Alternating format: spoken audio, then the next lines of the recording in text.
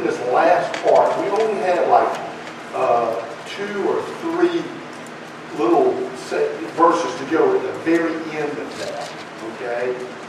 And one of those was where God says, hey, Elimelech will be destroyed off the face of the earth. And you remember, right before Vacation Bible School, I took you to 1 Samuel, and I showed you where Saul did not do what God told him to do. Remember?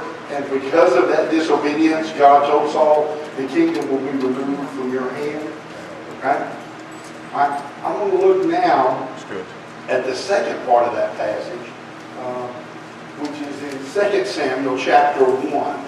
So keep your finger where you're at, okay, and go with me to 2 Samuel chapter 1, because we didn't get to this last week, or week before last, and I apologize.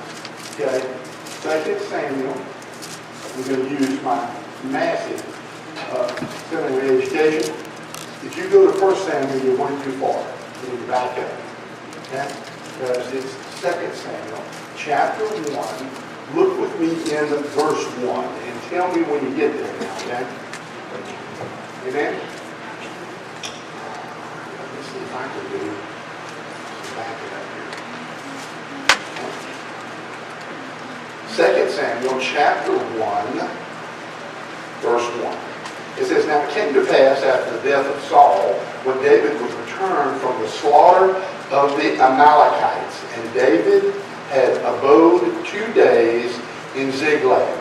And it came to pass on the 3rd day that, behold, a man came out of the camp of Saul with his clothes rent, and earth upon his head. And so it was that when he came to David, that he fell to the earth in did obeisance.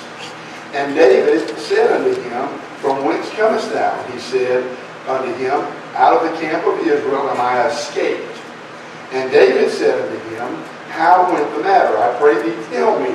And he answered, that the people are fled from the battle, and many of the people are also fallen and dead. And Saul and Jonathan his son are dead also. And David said unto the young man that told him, how knowest thou that Saul and Jonathan his son be dead? And the young man that told him said, as I happened by chance upon Mount Gilboa, behold, Saul leaned upon his spear, and lo, the chariots and the horsemen followed hard after him. And when he looked behind him, he saw me, and called unto me, and I answered, here am I. And he said unto me, who art thou? He said unto him, and I said to him, I am an Amalekite.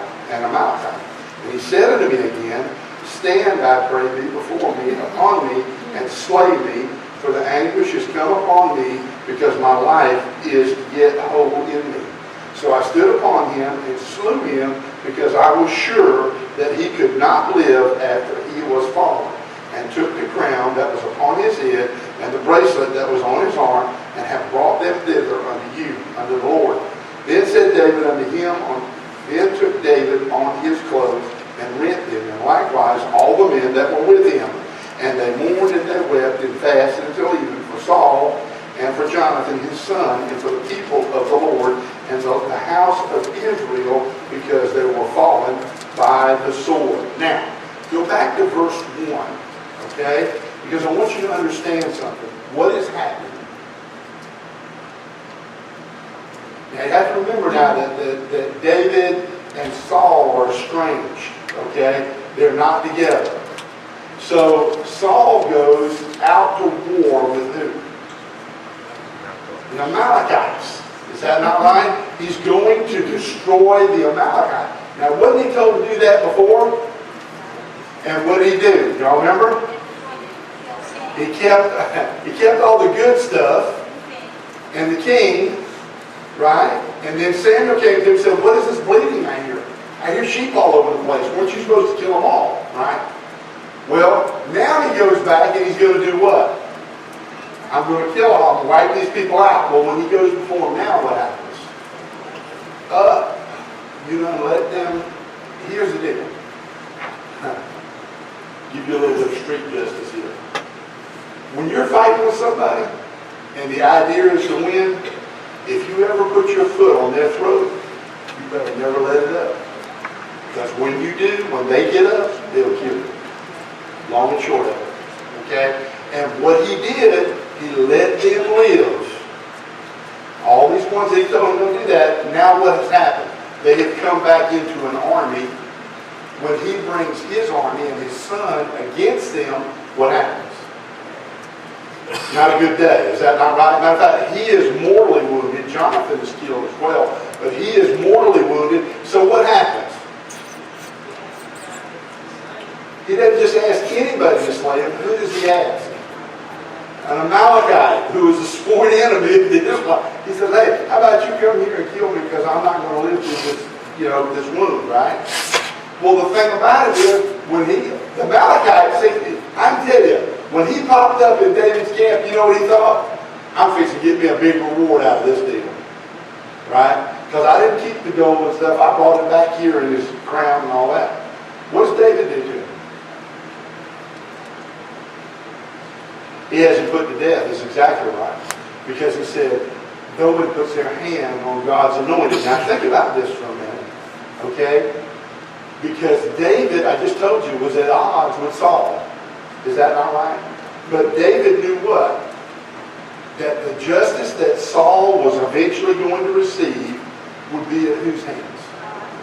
See, today in the modern church, we feel like it's our job to be the Holy Spirit and get revenge on people.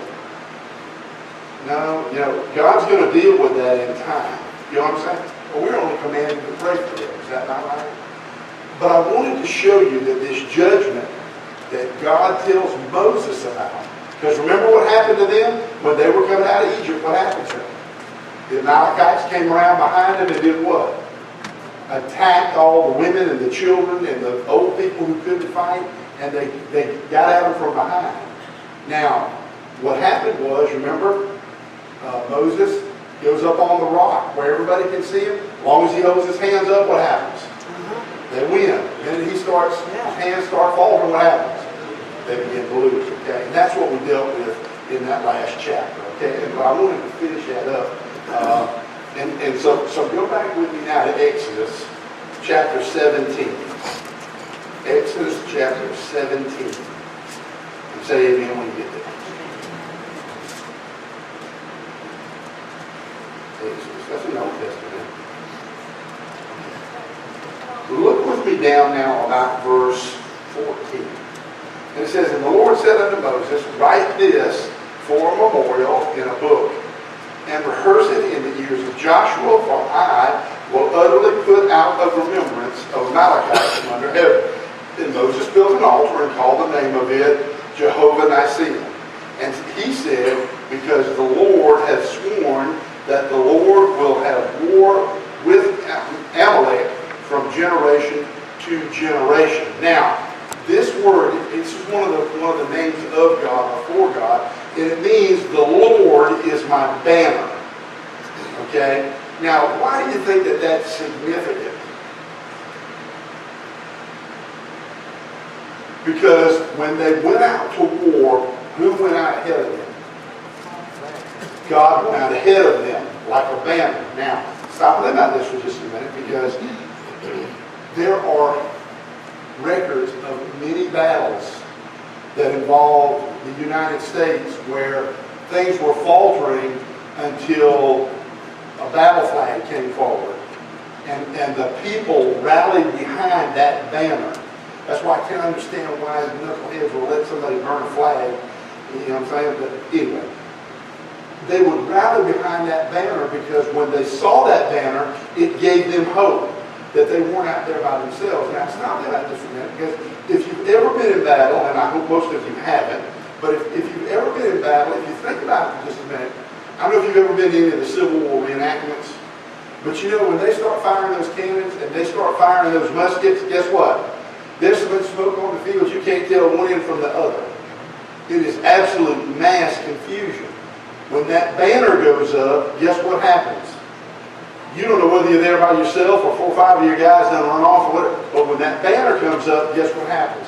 It rallies the troops and it gives them hope to move forward. That's exactly what God should be doing for us, because our hope is in who? It's not in the right party heaven, being in the presidents. It's not the right candidate. It's not the right program. It's not even the right health care. Our hope is in Jesus. Amen? And if it's in anything else, I hate to tell you, you're going to be disappointed. I don't care what it is. I don't care if they write it where you can have health care like Congress has got. You're going to be disappointed because men disappoint you. God can never disappoint you. Yes, Ms. Walker.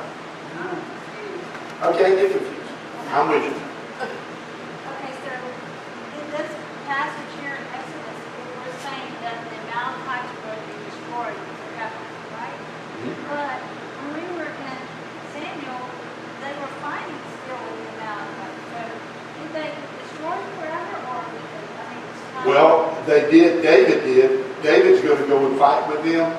And I don't know whether I don't know if you're familiar with the maps of that part of the world. You don't see any Amalekites over there. You see some termites, but you don't see Amalekites. Okay? Because why? Because they don't exist. They're like Edomites. I mean, you don't see them anymore either. In other words, what I tell you is the judgment came. Now, I go you one step further. This is an interesting point.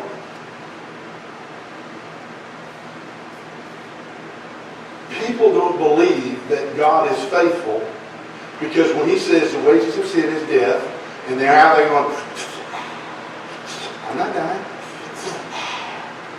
Till, 30 years down the road, and they tell you, guess what? All that stuff that's supposed to work, it don't work no more. Or you got a rock inside of you, or, I've drank all my life and my liver's hard as a brick, and then all of a sudden it's like, why did God let this happen? Didn't God tell you don't do that?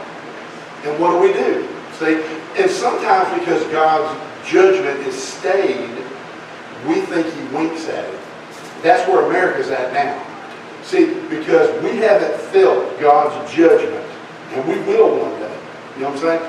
We think, oh, everything's fine. Church, God, I don't need none of that. I'll tell you what, you let them blow up that new tower they just built. You'll find some people in church for a while until they're not afraid anymore. And see, what he's trying to say, what I'm trying to teach you is this. God's judgment may be deferred, but whatever he says, it's going to happen, brother. And just like he told Moses, you can write it in a book because he tells you there is a consequence to every action, good or bad. And you need to understand that, guess what? Judgment day's coming. That's why the Bible tells us over the road to fear the Lord. Why do you fear the Lord? Because he's a consuming fire. Because guess what? One day, all those things that I thought I was doing and getting away with, guess what? I'll give you an example. Went to the doctor Monday, okay? Not a good day. Don't anybody ever go to family care group, okay? Don't ever go to those people. There's a conspiracy out there against fat people. All right? The nurse is in on it.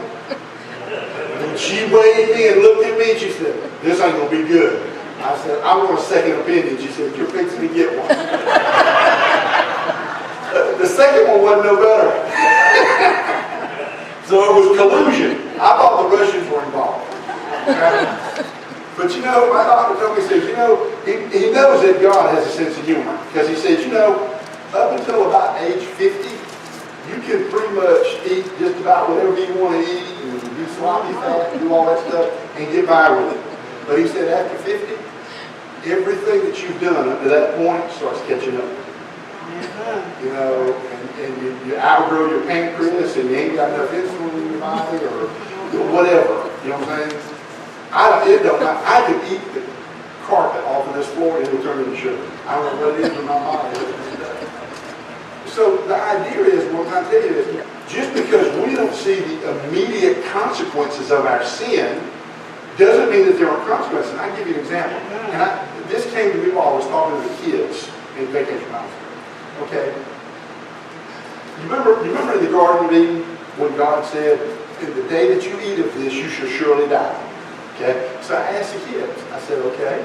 I asked the adults. I asked everybody. I said, well, when they ate of it, did they die?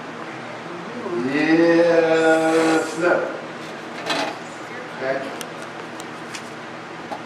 Did they die? Yes, they died. Bible says the wages of sin is death. Is that all right? Think about that for a minute. Okay? He said, when you eat this, you're going to die. All right? Think about their family history after the fall. What happens to their children? One takes a rock and goes out and beats some brains out of the other. Where does that come from? That's because on the day they ate of it, they died. 900-something years later, guess what? Adam's going to feel death. You know why? You know why he is? Because they were disobedient. See, it catches up with you. Sometimes God lets it be a long time, but it catches up with you. It's just always good. Do what now? I thought I was good. I thought I was a pretty good fellow until I went to that doctor's appointment. Man called me everything but a child of God. Okay, can we load that next slide? I go and tell my mom about that stuff. She said, man, I was your age, I was jumping over the moon. I didn't have this, that, and that. I'm thinking, I can't, this got a lot of mornings I can't even get out of bed. We're going to start with this introduction into this chapter right here, chapter 18. I call this the Jethro principle. Okay? Y'all remember Jethro, the guy with the big bowl with cornflakes and all that stuff? Okay? He kind of Jethro, okay? Not the same Jethro, okay? Matter of fact, this Jethro was pretty much, very much smarter than the Jethro in the Clampets, okay? But he had some very good advice for his, well, let me ask you this. Who was Jethro? Anybody remember? Moses' father-in-law, okay? Now think about this for just a minute, okay? When we're reading verse chapter 18, guess what we're going to find out? This time, while Moses is in Egypt, going through all these plagues and all that stuff, guess what?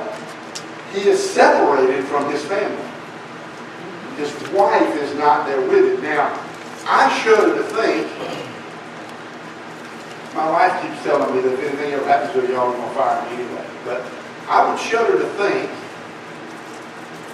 about trying to attempt anything without my wife. I'm just, you know what I'm saying? I mean, we've been married a long time. And, you know what I'm saying? And you know, we just do everything together, you know? So, there's a reason behind why she is removed from the scene. We will look at that here in just a few minutes. But I want you to understand that this father-in-law was very wise. And this is a very good chapter for anybody who is in leadership. And here's the deal. You're all in leadership. Now, I know what you're saying. You're sitting back over there going, not me, I ain't in leadership. I don't teach no Sunday school class. I don't. Whether you realize it or not, you're in leadership because these munchkins running around here, guess what? They're looking at you. They're looking at your life. And so you are in leadership, whether you realize it or not. Now, it may be a negative example of leadership, hollering and screaming and carrying on, ranting and raving. Does that not, you know what I'm saying? Well, here's the deal, right? Would you want that person who responds like that, would you want them to be a ruler in your house? Would you? How would you like it if your deacons hollered and screamed at you?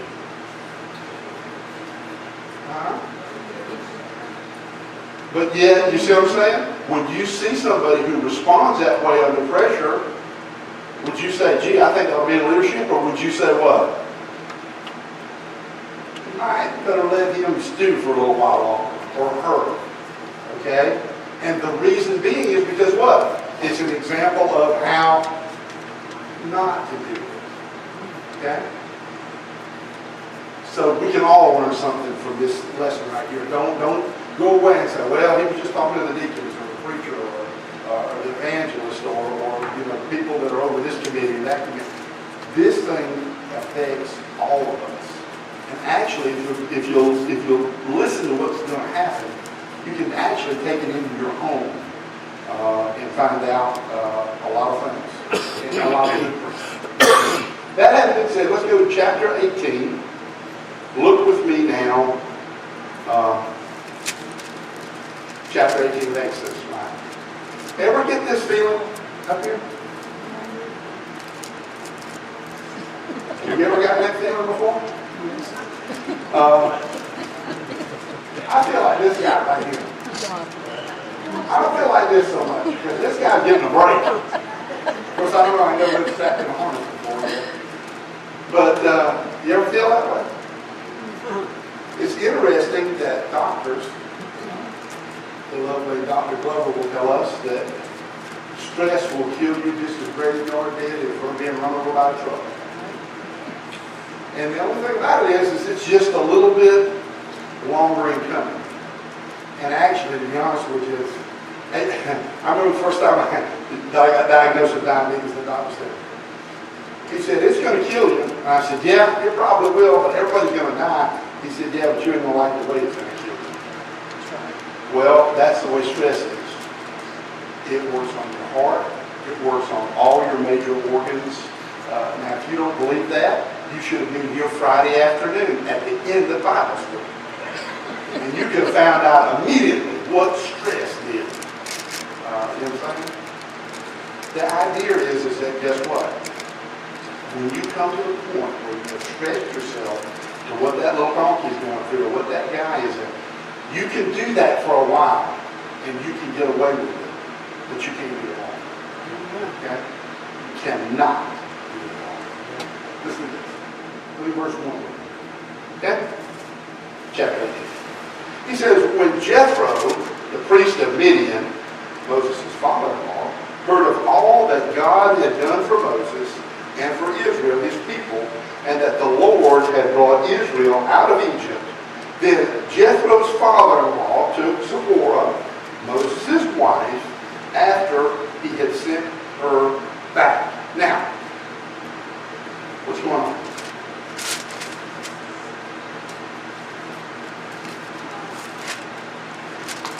Jethro hears about what? All the things that have gone on in Egypt. Is that not right?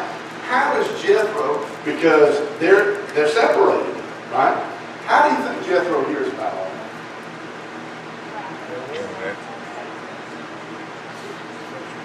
I mean, it could have been a lot of different ways. You know, there were constantly caravans and stuff moving around. Maybe the news came, hey man, you know what's going on down in Egypt?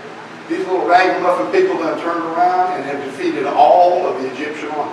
Either way you go, he hears about it, right? Now, at some point, we don't know when, Moses sends his family back. Now, take your Bible and go to chapter 4 of the book of Exodus. Okay? Go to chapter 4 of Exodus, yes ma'am. Chapter 4. Now, remember Moses' wife's name? Zipporah. Okay? Look with me in verse 24 of chapter 4. Say amen when you get there. Okay? And it came to pass by the way in the inn that the Lord met him, Moses, and sought to kill him. Then Zipporah took a sharp stone and cut off the foreskin of her son and cast it at his feet and said, surely a bloody husband art thou to me. And so he let him go. Then she said, a bloody husband art thou because of the circumcision. Now, where is Moses at? He's traveling back to Egypt to do what God has told him. How long has he been in Midian? Everything in Moses' life happens in increments of 4 years. Okay? He's been in Midian for 40 years. Okay? He finds this lady, they get married. Okay? When God says, guess what? As the symbol of the covenant with God is what? Circumcision. Right?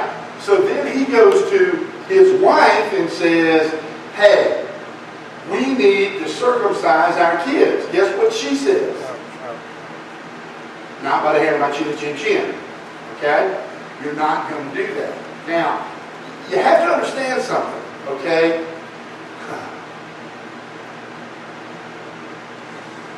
Did that verse say she took a stone? You know what I'm saying? I mean, that could not have been easy. Alright? That was was not pain-free. All right? And so when she says, no, we're not going to do this, what does God do to Moses? What does verse 24 say? God sought him to kill him. Let me ask you a question. Why? Why didn't he kill Zipporah? Why didn't he just kill the kids? Why was Moses responsible? Head of the household. He is the head of the household. So I'm saying, men, you might want to perk your ears up on that, because God does hold you responsible. All right? I know all these guys laying up on couch drinking beer on Sunday telling everybody how important they are, while their wife and kids come to church thinking, hey, it don't matter. Yes, it does. Okay? So God says, hey, I'm going to kill him. What does she know? This is interesting, because what does she know? She don't bring him no broth. She don't bring him no chicken noodle soup. No hair of goat. What does she do? Why does she circumcise the child? Because she knows what? That they've been disobedient to God, and she has caused her husband to be disobedient to God. Now, you stop and think about that for just a minute. They're on their way back to Egypt. Okay? If she feels that way, is she going to be a help or a hindrance when he gets back in Egypt? She's going to be a hindrance. And ladies, let me tell you something. Sometimes, guess what? When God tells that man to do something, you need to watch your mouth and back up and leave him alone. Because God's dealing with them. Because here's the deal. When you stop them from doing whatever, not only are you putting yourself in jeopardy, you're putting your entire family in jeopardy. Because here's the deal. Remember when he got back? Remember when he went in and he threw down his staff, and the two magicians threw their staff down? Anybody remember? What happened? They turned into a snake. And the magician said what? Right? Do you remember what happened shortly thereafter? Pharaoh said, hey, you people got too much time on your hands. How about you start gleaning your own straw through the bricks? Remember what you will remember? That the tally won't fall, not by one. Okay? And I believe that was the attitude. Alright? So things got tough. And you remember what the people did? They wanted to do what to Moses? They wanted to kill him. Now, what do you think the conversation between him and Zipporah would have been if she went down there with him? I told you. Come on, ladies, you know you've done it. I told you. Would that have helped the situation or made it worse? So, for whatever reason, it appears that God has sent her back. I don't say for whatever. It's very apparent to me why God sent her back. Because when he gets down there and they're on the run from the Egyptian army, what about all these people? Because you remember they did that. Remember when they got out there before they went to where the rock in the water? What did they do? Wish we were back in Egypt. Should have left us alone. Had a little house there. Wasn't much. Now, I was a slave, but oh well. Right? Which goes to show you what? Just how fickle people can be. You know what I'm saying? Why do you think these mega churches have the smoke machines and the skinny jeans and all that other junk? Why do you think that is? Because they have to entertain them. Because that's what brings them through the door. Because when you're studying the Word of God, like we're studying the Word of God, people don't want to do that. And the reason that they don't want to do that is because it shows them who they are. See, if I can, smoke machine, did you see me in skinny jeans? I think I'd have to go to a tailor for this pair of skinny jeans. Y'all laugh too much on that. You know we're recording this going all over the World Wide Web.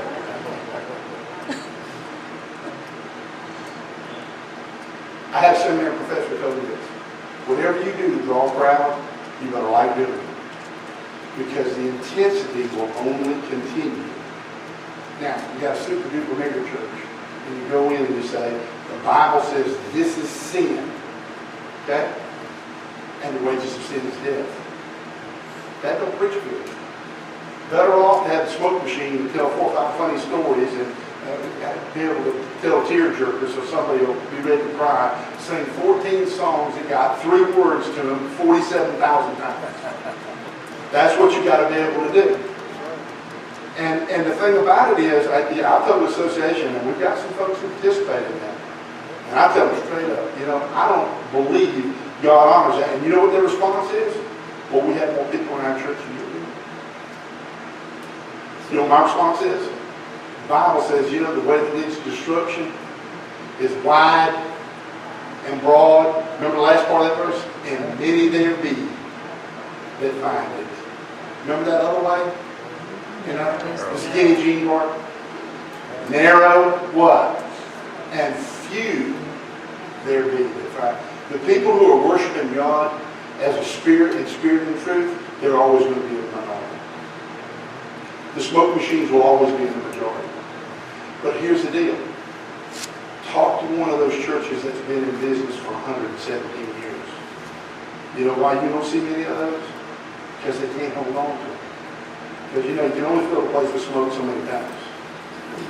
If it's not the Word of God, it ain't real. See?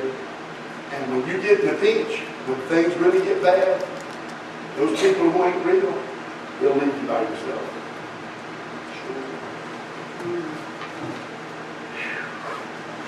Aren't y'all? Get on, Susan, aren't y'all glad you're coming down that long? Man, I ain't coming down this flat. I don't know. Note to self, vacation here. No vacation here. We're not going to finish this tonight. This family strife thing. You want to see family strife? Go to a funeral. And I don't care what family it is. You know what I'm saying? And you will begin to see things that you never thought of that begin to come to the surface. And people always say, it's material. We got a pastor in our association. I won't call his name. They watched his mother-in-law for like 15 years. Okay? They lived in the same house together and all. Well, she has a daughter who's in her 60s. The woman was in her 90s. The daughter who's in the 60s hasn't seen her mother in 40 years. When she came to Augusta when they did the funeral, but would not come to the funeral. But now has written a letter to the rest of the members of the family saying, we want to come to your house, this pastor's house, we want to go through all Mama's stuff and pick out what we want.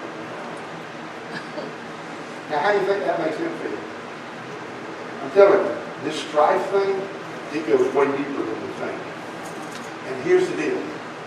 You will never do for God what you could do as long as there's strife. As long as there is strife in your home, you will never do for God what you could do.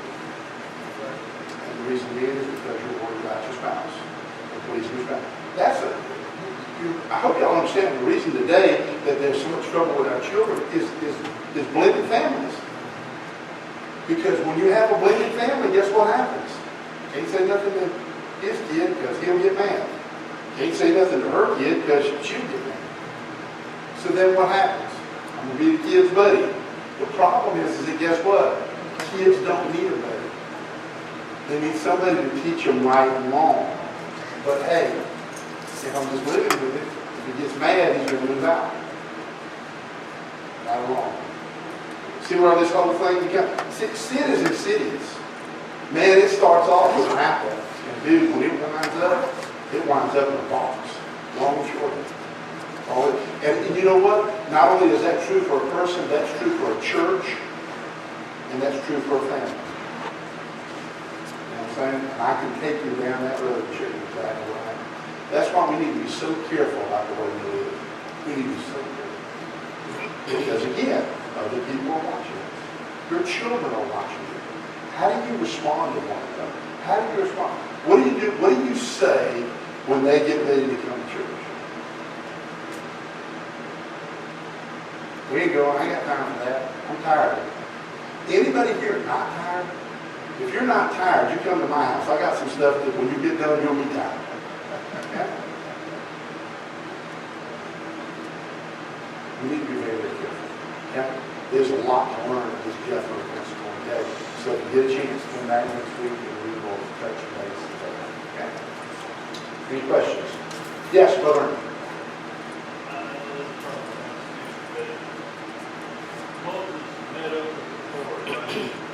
Moses had what? I'm sorry. Met before after 40 years. Well, actually, he probably met her right when he went into Midian. Doesn't say how long they were, but we know that in chapter 4, right, when he's going back into Egypt, he had children because they had been circumcised. You know? So how long he had known her, married to her, I don't know. This time, she wanted to circumcise this child as a man, now he's going to circumcise him with a flat Gentile. I mean, he's pretty self-help. It could be. Well, I don't think he was a man because it refers to them as boys. You know what I'm saying? So maybe he had them later on in life. Maybe he didn't get married right to start with when he went there. Because he was there in the wilderness of Midian for 4 years. He did everything in 4-year increments. And there's a reason for that. Because it's a generation. 40 years in the Bible is a generation. Right? He spent a generation in Egypt. He was 40 years old when he killed the Egyptian. Okay? He goes into Midian, and guess what? He spends 40 more years, right, there. God's preparing him to lead them out, all right? Now when he goes into the wilderness, how long is he going to be there? Another 40 years. 3 generations, right, are going to come and go under him. Right? It's amazing. I can talk all night. The people over there with munchies, they're not going to be real happy. I'm telling you straight up. And if they did, I'll tell them. They kept asking questions. Right? Any questions, seriously? If not, please be careful going home. Do not forget about Saturday. Come out and be a part of that. Here, let me do this. Invite some other folks to come out with you. Okay? We'll have 1 or 2 hot dogs left over. We won't let John eat them. Okay? Just come on out. And I guarantee you'll have a good time. Okay? Because here's the deal. If we can get our community involved in things like this, it gives us the opportunity to reach out to them with the gospel of Jesus Christ. Okay? So how about, like I said, come on out, be a part of it, support it. I would love to thank everybody who came out. There was 137 or something Sunday night. I was so blessed by our church coming back out and supporting that, those kids and those families and the church in Vacation Bible School. Because here's the deal, those families that come and they let their kids come, they see that. They see, hey, this church is behind us. This church is behind my kids. And you'd be surprised at places that I thought, they said, I don't go to church so-and-so because they ain't got nothing for my kids. So that's okay. All right. That having been said, Brother Ernie, if you don't mind, sir, would you close our services?